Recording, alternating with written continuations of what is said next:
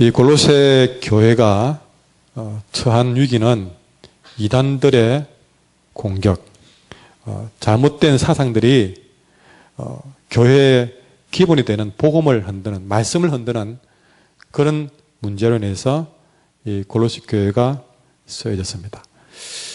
그래서 지지난주에 이 골로새서 말씀을 통해서 예수님으로 충만하자, 성령으로 충만하자 그러면서 우리가 영지주의에 대한 얘기를 했거든요. 그 당시 골로새 교회의 가장 큰 문제는 악이면 악, 선과 선, 이것이 너무나 두 자릿수 분명해서 문제가 됐던 영지주의에 대해서 경계를 하자, 영지주의에 대한 이단에 대해서 경계하자는 말씀을 했습니다. 영지주의는 분명한 이단이었습니다. 그래서 우리 지난번 말씀에서 이단을 주의하자는 말씀으로 말씀이 증거되는데, 그러면 우리가 신앙생활 속에서 이단만 주의하면 되느냐? 아니다라는 것을 오늘 성경에서 말씀해 주고 있습니다. 이단을 우리가 주의했더라도 또 다음 단계, 이런 단계에서 우리가 언제든지 자빠질 수 있고 우리의 신앙을 빼앗길 수 있다는 것이죠. 그 육상 경기, 허들 경기 맞습니까? 장애물을 세워놓고 그게 막 달려가는 부분인데요. 열심히 잘 달리다가 거의 앞에 걸 잘 넘어가다가 마지막에 허들에 발이 걸려서 넘어지는 경우도 종종 보게 됩니다. 그러니 우리가 이단이라는 장애물을 넘었다면 그 다음에 신앙생활이 순탄하냐? 아니다. 항상 우리 앞에는 우리의 신앙생활에 걸림돌이 되는 그런 함정들이 엄청나게 많이 있습니다. 그걸 다 언급할 수는 없고, 오늘 골로새서에 나오는 우리가 이단 외에 또 어떤 부분들을 우리가 조심하며 살아야 신앙생활을 바르게 할 수 있느냐, 그런 것들에 빠지지 않으려면 우리가 무엇을 더 붙잡아야 되느냐, 그런 이야기를 함께 나누었으면 합니다. 첫째, 우리 16절에 보시면요, 그러므로 먹고 마시는 것과 절기나 초하루 안식일, 이런 이유로 서로 비판하지 마라 그랬습니다. 여기서 말하는 먹고 마시는 거, 여러분 성경에는 먹어서는 안 될 음식이 있고 먹어야 될 음식들이 있습니다. 지금 이슬람인들은 그런 부분들을 굉장히 철저히 지키고 있습니다. 구약에 먹어서는 안 될 그런 것들이 있죠. 여러분 구약의 원리에 따른다면요, 여러분 선지국 같은 경우는 먹을 수 있을까요, 없을까요? 예, 우리가 그것은 피이기 때문에 여러분 구약의 율법을 따지면 우리 먹을 수 없는 겁니다. 그걸 따지면 여러분 먹어서는 안 될 것들 여러분 지금 많이 먹고 계실 것 같아요. 그걸 일일이 따지면 여러분 깜짝 놀라고 나도 모르게 그랬네 하는 분들이 있을 겁니다. 분명히 그런 문제 때문에 또 이런 말 저런 말 하기도 합니다. 근데 여러분 우리가 여기서 말하듯이 먹고 마시는 것, 또 절기, 초하루, 안식일, 율법에서 금하는 것들, 이런 것들 가지고 서로 비판하지 말라. 한마디로 말하면 이단을 우리가 경계하지만 그거 놔두고라도 우리가 일상 신앙생활 속에서 첫 번째 경계해야 될 것 하나를 지적해주고 있습니다. 첫째는요, 율법주의에 대해서 경계를 했습니다. 이 골로새 교회가 바울로 인해서 교회가 이렇게 말씀으로 바로 세워져 가는데, 항상 말씀으로 바로 세워져 가려고 그러면 꼭 와서 특별히 이 성경의 근간이 구약에서부터 나오다 보니까 유대인들이 들어와서 이 골로새 교인들에게 야, 성경 봐라, 그 나와 있지 않느냐, 그 얘들 율법 지켜야 된다, 율법 지켜야 된다, 그렇게 옆에서 이야기하니까 엄청나게 헷갈리는 거예요.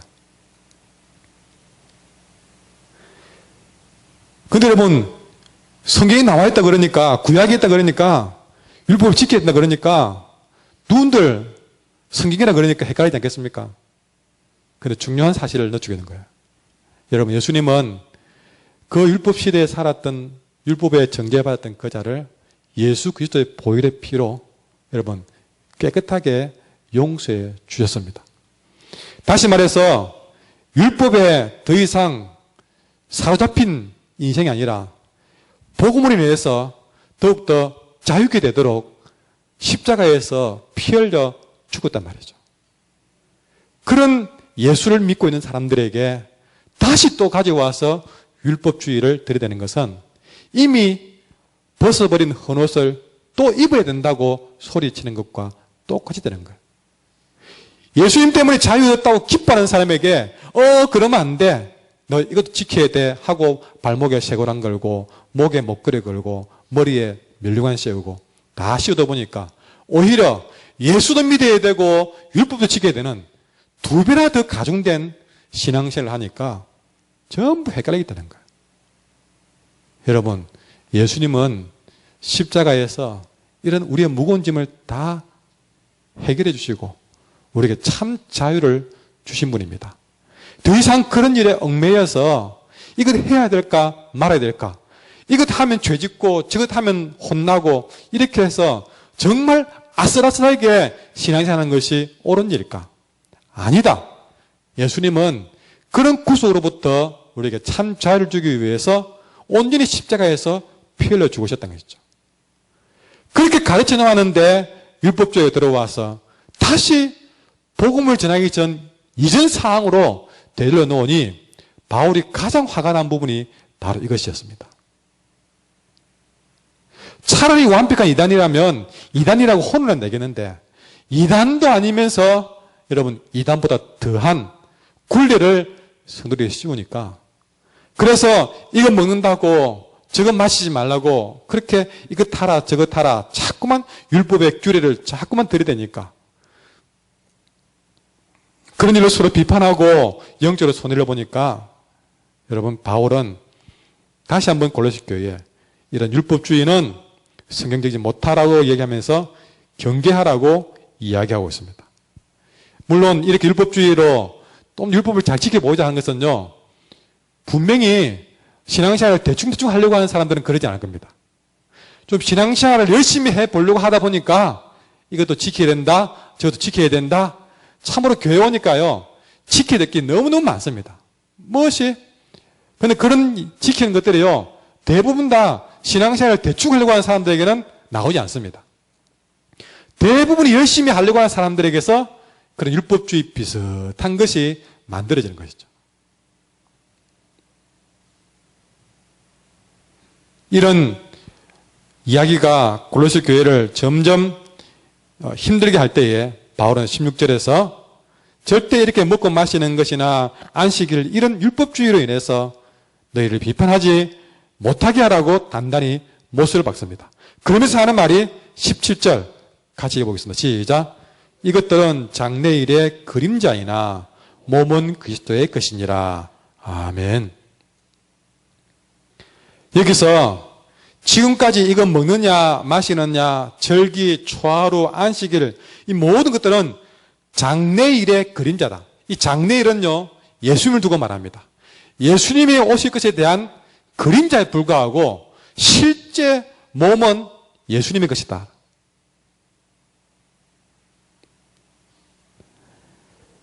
이 모든 것들이 무엇을 먹고 마시느냐, 어떤 절기를 지키느냐, 여러분 구약에 무슨 번제, 속건제, 속죄제, 제사가 나옵니다.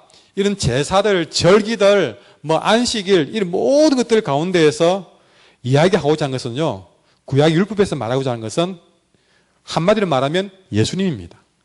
예수님을 준비하고 예수님을 예배하도록 하기 위해서 구약은 절기를 통해서 먹고 마시는 이런 모든 율법을 통해서 또는 제사를 통해서 그렇게 예수님을 가리키기 위해서 그렇게 지켜온 것이죠. 여러분 성전도 그 모든 모양이 아니십니까? 하나같이 예수 그리스도를 준비하게 만든 그런 의미를 가지고 성전의 기물들이 다 세워졌습니다. 그러니까 구약에 지켜야 될 이 모든 것들은 오실 예수님에 대한 그림자에 불과하고 실체 대신 예수님이 오시면 더 이상 그림자는 필요가 없게 되는 것이죠.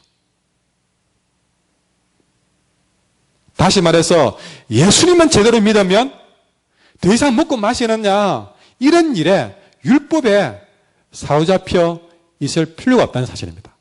정말 중요한 것은 무엇을 먹었느냐 안 먹었느냐가 아니라 너가 예수님을 제대로 믿고 있느냐. 이것이 제일 중요하다는 것이죠. 여러분은 그림자뿐인 신앙생활에 열중하십니까? 아니면 실체 대신 예수님을 붙드는 신앙생활을 하고 계십니까? 다시 말하지만 신앙생활을 초보자들은 이런 거 모릅니다. 오히려 교회를 오래 다니고 교회의 습성을 잘 알고 신앙생활을 오래 하신 분들이 하나하나 어떤 율법까지도 만들어서 우리 교회는 이렇게, 우리는 저렇게, 이렇게 해야 교회이야 하면서 자꾸 예수님 외에 다른 굴레를 씌우려고 합니다. 어쩌면 저도 나도 모르게 그렇게 할 수도 있습니다. 사실이죠. 이 말씀을 보면서 우리 모두 다시 한번 원점으로 돌아가야 됩니다. 우리가 진정 붙잡아야 될 것은 그림자가 아니라 실체입니다. 우리가 이런 일을 먹고 마시느냐, 이런 때로는 우리가 안 먹을 수도 있습니다. 율법을 지켜서 안 먹을 수도 있습니다. 그러나 먹고 안 먹고 가지고 서로 비판하지 말라. 더 중요한 것은 진정 예수님을 믿느냐 안 믿느냐가 더 중요하다. 그 얘기를 하는 것이죠. 뭐 마음대로 먹어라 이런 얘기가 절대 아닙니다. 뭐 저기를 지키든 말든 소용없다. 이제 자유롭다. 그 말이 아닙니다. 이왕이면 저기도 지켜야 되겠죠. 그러나 그 그림자가 실제 대신 예수님보다 더 중요하게 여겨지면 안 된다는 사실이죠. 우리가 어떤 저기를 지켜야 되고 때로는 우리가 해야 될 것, 안 해야 될 것 좀 우리가 지켜놔야 됩니다. 그러나 더 중요한 것은 예수님을 더 잘 믿고 예수님 안에 살기만 하면 그 예수님을 진정으로 사랑하기만 한다면 우리가 생각하는 그 모든 율법들은요 오히려 그림자처럼 자연스럽게 나를 따라오게 되는 것입니다. 세상에 그림자가 실제로 끌고 다니는 경우가 어디 있습니까? 실체가 있어야만이 그림자 있지 않습니까? 예수님을 온전히 믿어야만이 우리가 먹고 마시는 구별하는 것도 더욱더 빛이 나는 거예요. 그러니 이 말은 이거는 절대 그럴 필요 없습니다. 그 말이 아니라 실체 되시는 예수님을 더욱 따라가는 것이죠.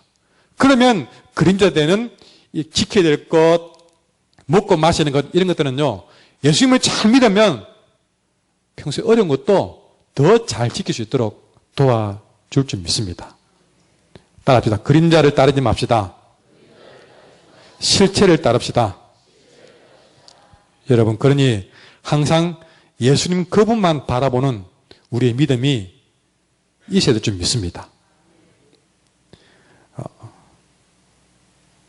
때로는 여러 가지 우리가 지켜야 될 것들을 얘기합니다. 주의를 지키자.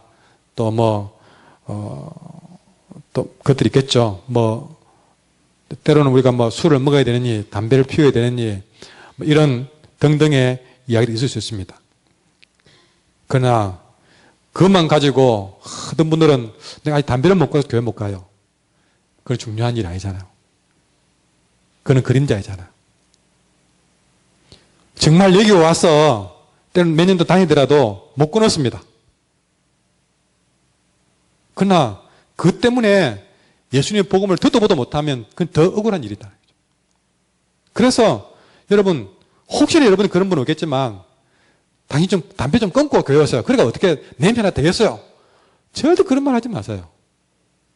여러분 우리 그분은 담배를 피우지만 어떤 분은 그보다 더한 우리가 죄를 짓고도 주님 뽑지 않습니까?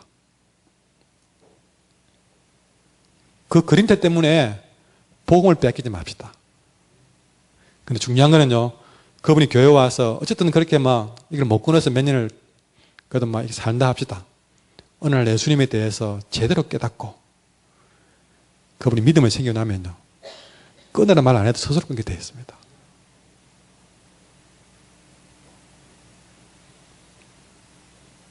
오늘 그것을 바울이 우리에게 말씀해 주고 있는 것입니다. 그래서 율법주의는 나쁘다 그 말이 아니라 율법주의는 그림자에 불과한데 그것 때문에 예수님의 복음을 훼손시키지 말한 것이죠. 따라합시다. 주만 바라봅시다. 예, 두 번째입니다. 두 번째 18절에 보시면요.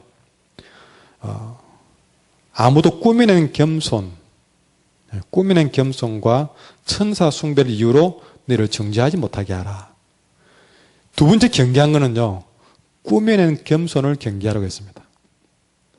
말 그대로 일부러 겸손한 척, 경건한 척 하는 것. 이거 아주 우리 신앙생활에 해롭다는 겁니다. 근데 여러분, 우리가 나도 모르게, 저도 모르게, 찬양만 들어가면 나도 모르게 몸이 경건 모드로 쫙 바뀝니다. 눈도 쫙 밑에 좀 깔리면서, 특히 당겨지면서 쫙 경건하게 바뀝니다.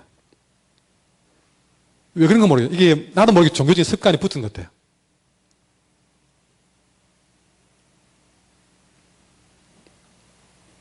어떤 때는요, 손을 드는 것도 어떻게 해야, 손을 들어도, 어디서 본 듯한 그런 손 모양으로 따라하는 모습을 보게 됩니다.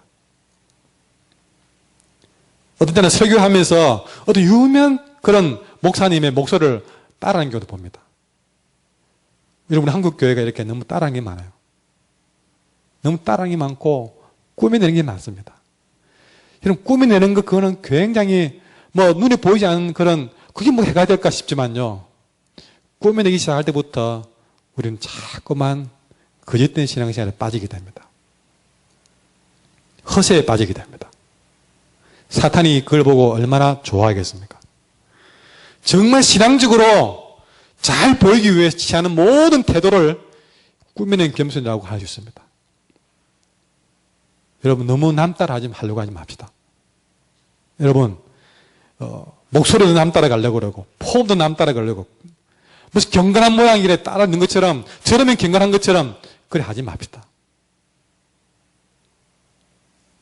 무엇보다 신앙적으로 보이기 위해서 너무 그렇게 꾸미지 맙시다. 그 말이죠.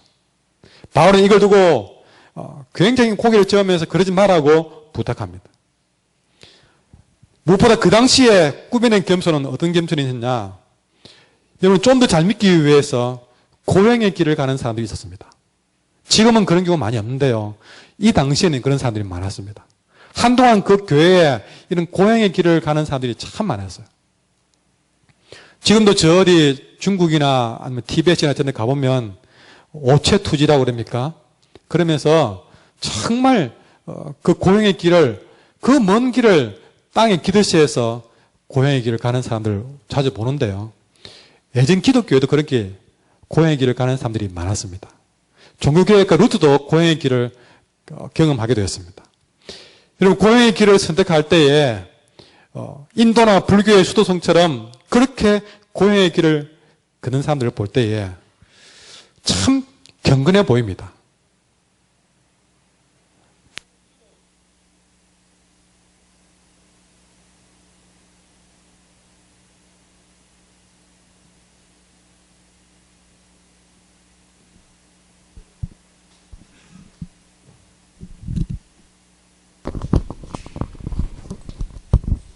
그렇습니다.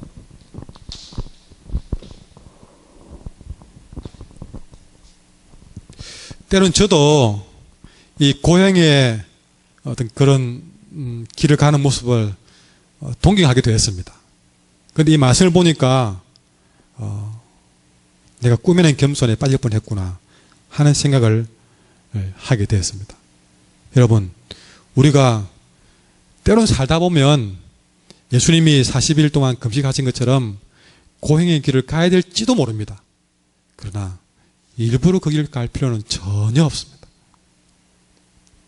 이미 우리는 예수 그리스도의 보혈의 피로 구원을 받은 사람입니다.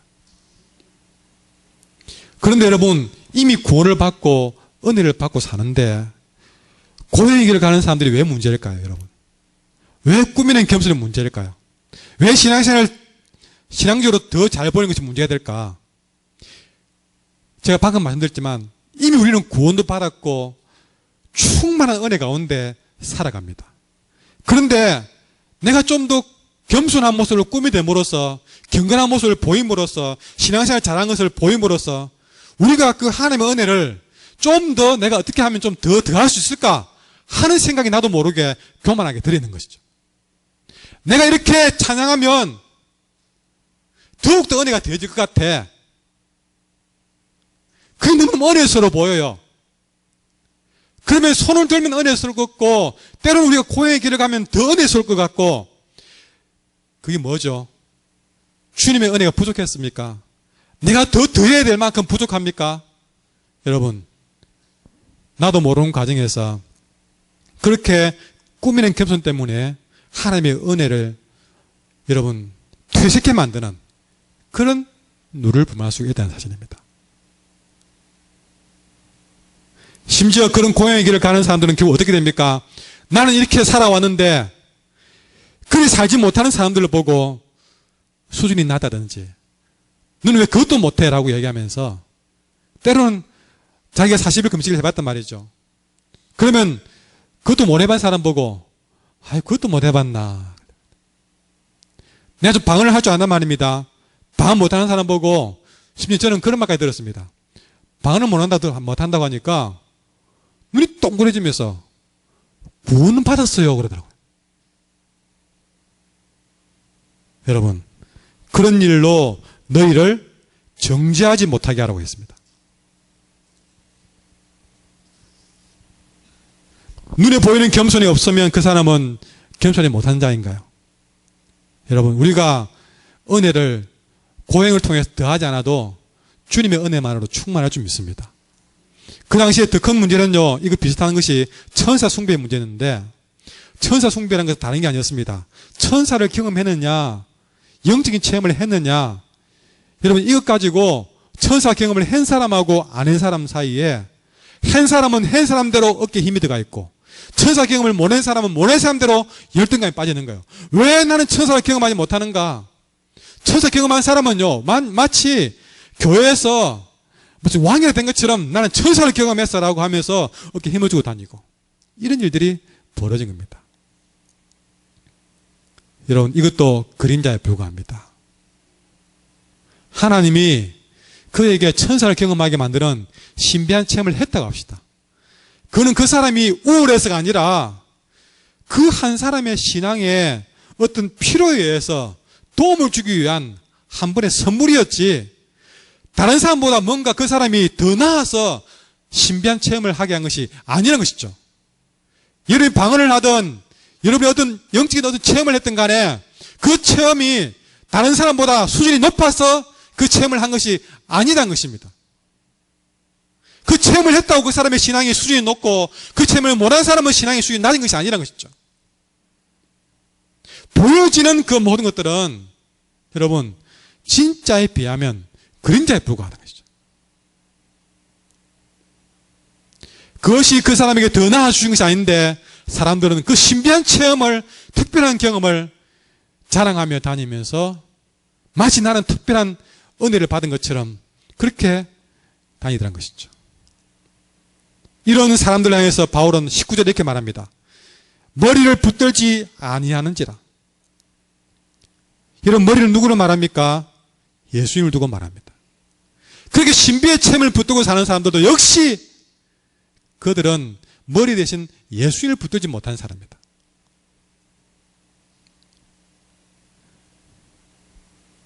머리 대신 예수님과 제대로 연결되어 있으면요, 신비한 체험 없이도 은혜로운 신앙생활을 충분히 갈 수 있습니다. 머리 대신 예수님과 온전히 하나 되어 있으면요, 겸손을 꾸며내지 않아도, 경건을 꾸며내지 않아도 그분은 하나도 부족하지 않는 영적인 파워를 유지할 수가 있습니다. 오늘 낮에 말씀에도 내 삶의 공급자 되신 하나님께 붙들려 있으면 우리는 항상 감사하며 살 수가 있다는 사실이죠. 그 머리 대신 예수님의 붙잡혀 있으면요, 특별한 그런 꾸미는 겸손이 없다 할지라도, 천사 숭배를 안 할지라도 여러분 그 머리에 붙어 있는 것으로 인하여서 하나님이 자라게 하시다는 것이죠.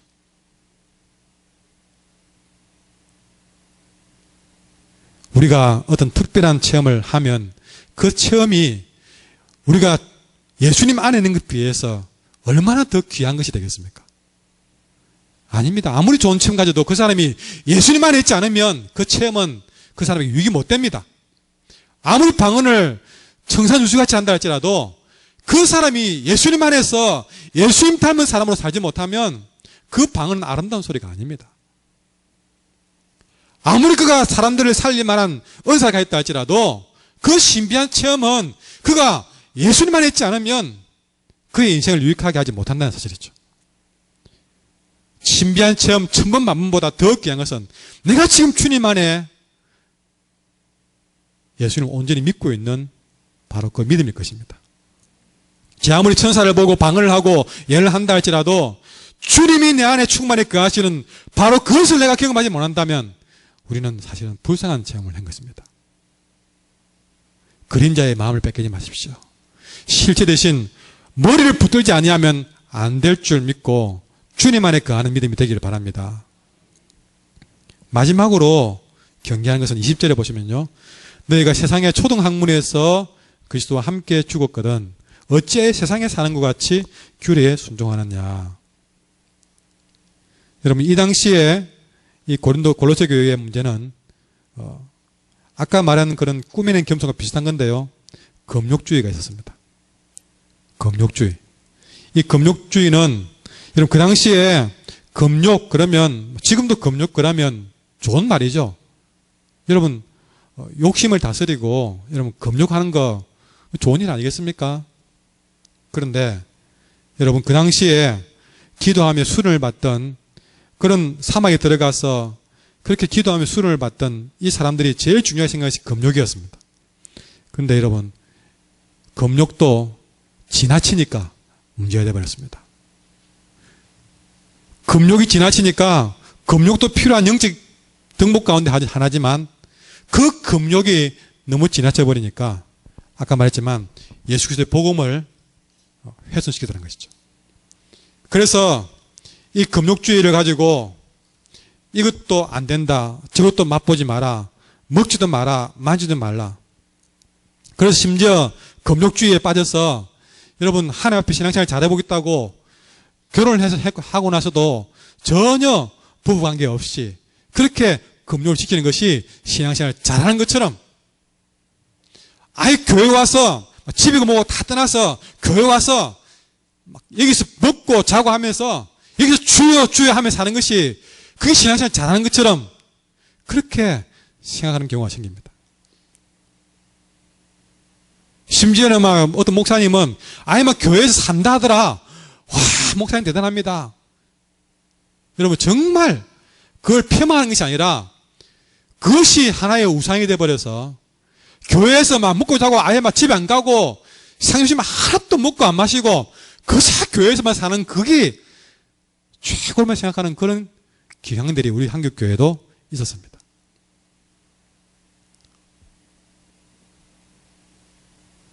여러분 이런 것들 두고 23절에 뭐라 했습니까?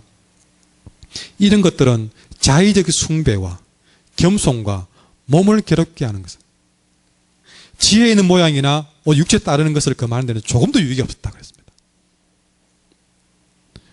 여러분 금욕주의든 율법주의든 아까 말했지만 여러분 우리가 나름대로는 잘 믿어보려고 한 것이었습니다. 분명히 그건 사실입니다. 뭐 열심히 안 하려고 하는 사람들은 그런 것도 안 해봅니다. 분명히 잘 믿어보려고 했던 것 때문에 율법주의도 있고 꾸미는 겸손도 해보고 경건한 책도 해보고 신비한 체험도 사모했을 것입니다. 잘 믿어보려고 몸부림치다 보니까 여러분 꼭 그런 사람들이 죄송하지만 이단도 만납니다.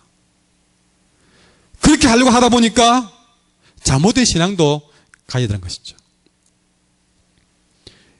여기서 명심할 것은요. 그렇게 더 잘 믿어보려고 한 것이 내게 독이 될 수 있다는 사실을 우리 늘 깨어서 우리는 경계를 하셔야 됩니다. 잘 믿지 말라는 게 아닙니다. 잘 믿으며 살되 그게 내게 독이 안 되도록 여러분 지나치지 않도록 늘 자신을 살펴야 되는 것이죠. 그러려면 하나님의 말씀을 균형 있는 하나님의 말씀을 붙잡아야만이 우리가 잘 믿어보려고 하는 이것이 여러분 과유불급 우리가 너무 지나쳐서 독이 되는 일이 없을 것입니다. 이것 때문에 혹시나 여러분들이 아이고 잘 믿으면 안 되겠다 그렇게 받아들일까 걱정됩니다. 절대 잘 믿으면 안 된다는 얘기가 아니라 잘 믿으려고 노력해야 됩니다. 그러나 잘 믿으려고 노력하되 우리는 항상 지나치게 우리가 너무 넘어설 수가 쉽기 때문에 하나님 말씀이라는 잣대를 가지고 늘 이것이 바르게 가는 것인지 지나친 것은 없는지 끊임없이 말씀을 통해서 다듬어져야만이 균형 잡힌 신앙인이 될 수 있다는 것입니다.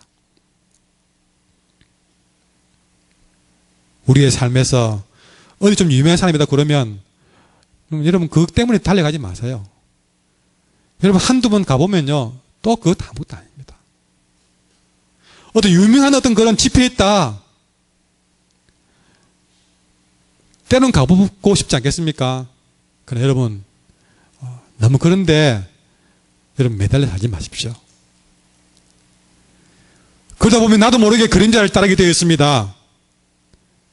그보다도 지금 내 삶에서 말씀이 주신 만큼 예수님 제대로 만나고 예수님 그분을 사랑하고 예수님 그분만을 찬양하고 예수님 믿고 닮아가시면요 하나님이 잘하게 하십니다. 예수님 외에 뭐 또 다른 게 특별한 게 있는가 궁금해 필요가 없습니다. 예수님만 제대로 알고 그분 닮아가고 그분 안에만 살면 여러분 절대 끝난 일도 없고 여러분 과하지도 않을 것입니다. 세상은 점점 복잡해지면서 자꾸 우리의 신앙생활을 헷갈리게 만드는 일들이 우리에게 발생될 것입니다.